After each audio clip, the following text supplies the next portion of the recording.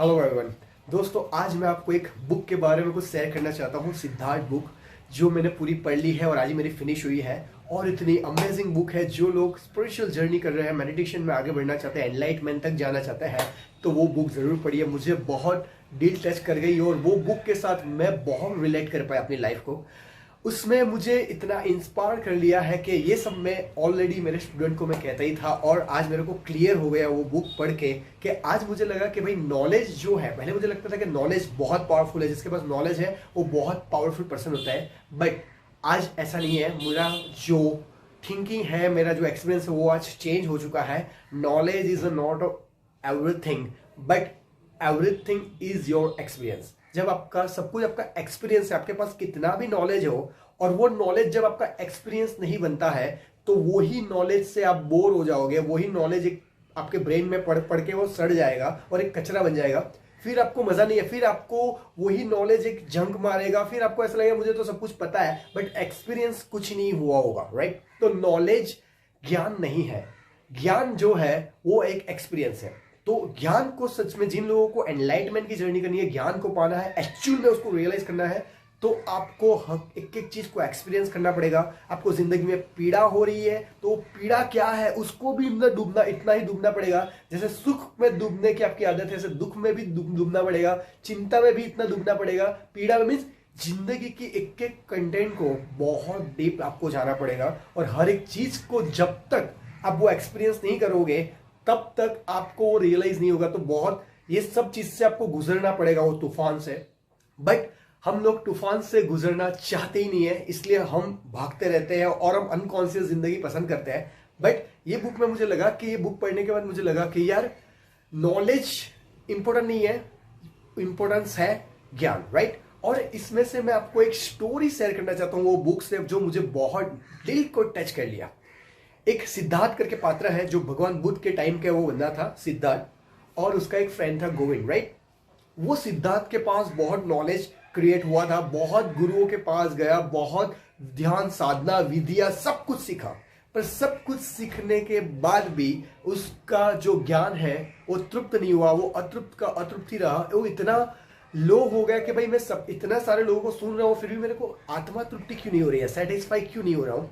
और एक बार फिर क्या हुआ था कि एक गांव में एक बुद्ध आने वाले थे, तो उसको इन्फॉर्मेशन मिली कि एक बुद्ध है जो एनलाइटन हुए हैं, एक काम करो, वो गौतम बुद्ध का हम उपदेश सुनने जाते हैं, जो कल ये गांव में आने वाले हैं। तो उसका फ्रेंड जो होता है गोविंद, तो गोविंद उसको कहते हैं कि चल हम चलते हैं, क्या पता वहीं से तुझे कुछ नया, कुछ ट्रू मिल जाए।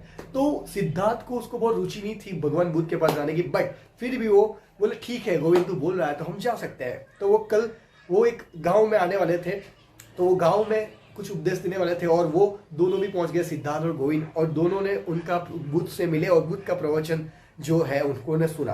और सुनने के बाद वो गोविंद इतना इम्प्रेस हो गया, और गोविंद कहता है सिद्धार्थ को कि बोल भाई, इससे ऊपर कुछ है नॉलेज। बोले अब क्या, किसकी वेट कर रहा है, अब हम उनको ही सरेंडर हो जाते हैं, और मेरा तो मार्ग अब यही है। तो सिर्फ सिद्धार्थ को लगा कि ठीक है, ये इम्प्रेस हो गया है। फिर वो एंड में हक करता है, बोलता है कि ठीक है तो तू जा ये मार्ग पे, ऑल द बेस्ट, तुझे इस पे मोक्ष मिले, ऐसी मेरी शुभकामना, बट ये मेरा मार्ग नहीं है, तो मैं जा रहा हूं, तो ये मेरा मार्ग नहीं है। बोले बुद्ध को सुनने के बाद, ये एनलाइटन है, बोले कितना भी एनलाइटन क्यों ना हो, पर उनका उपदेश, उनका नॉलेज मेरे कोई काम का नहीं है, क्योंकि नॉलेज तो मेरे पास आ गया, पर मुझे उसका एक्सपीरियंस ही नहीं हो रहा है, तो उनके पास रह के भी क्या करूं। और आपको बताना नहीं है तो बोल दूं, वो फिर वहां से चला गया, और उन्होंने जब उनका एनलाइटमेंट को पाया, उनको मैंने सब कुछ साधना विधि सब कुछ किया, और उसको एक चीज रियलाइज हुई एक टाइम पे कि मैंने सब कुछ बाहर की दुनिया में भटक गया, और मैं एक चीज को भूल गया, जो अपने स्वभाव को ही छोड़ दिया। और वो स्वभाव को छोड़ते छोड़ते मैंने ये साधना ध्यान में लग गया, और ये भी अपने आप को भूलने का तरीका था। तो अब मुझे अपने आप को नहीं भूलना है, मैं अपने स्वभाव में मैं आऊंगा। और वो अपने स्वभाव में पूर्णता से एक दिन आ जाता है, और अपने पूरे स्वभाव में ही जीना शुरू कर लेता है। तब एक टाइम पे एक ऐसा ठहराव आता है कि उसको जब पानी बह रहा है तो इतनी कुछ अलग ही वो पानी बहता दिख रहा है। एक पक्षी उड़ रहा है तो उसको अलग ही दिख रहा है, जैसे मन ही गायब हो गया, और एक अलग ही सवेरा हो गया उसकी लाइफ में, और कुछ एनलाइटमेंट उसको हुआ था वो सिद्धार्थ को। और बात ये है मजे वाली कि देखो, आप आज लोगों को एनलाइटमेंट का भी मोह रहता है, एनलाइटमेंट गुरु का भी मोह रहता है, तो एनलाइटमेंट गुरु आपका कुछ नहीं कर पाएंगे, उनका नॉलेज आपका कुछ नहीं कर पाएंगे। आपको एनलाइटमेंट होने के लिए आपको कोई संग जोड़ने की जरूरत नहीं है, ना आपको किसी का फॉलोअर बनने की जरूरत है। हम लोग क्या करते हैं, कोई एनलाइटमेंट गुरु मिले या आपसे कोई बड़े उपदेशक मिले, हम उसके शिष्य बन जाते हैं और हम उनको गुरु मान लेते हैं और वो संघ में जुड़ जाते हैं। आपको मैं बोल दूं, बुद्ध के साथ 10,000 भिक्षु थे, कितने लोग एनलाइटन हुए? कोई नहीं हुआ। गणित चुने, उसमें से भी 4-5 लोग एनलाइटन हुए थे। अब ओशो के सन्यासी हैं, कितने लोग एनलाइटन हुए? गणित चुने, राइट?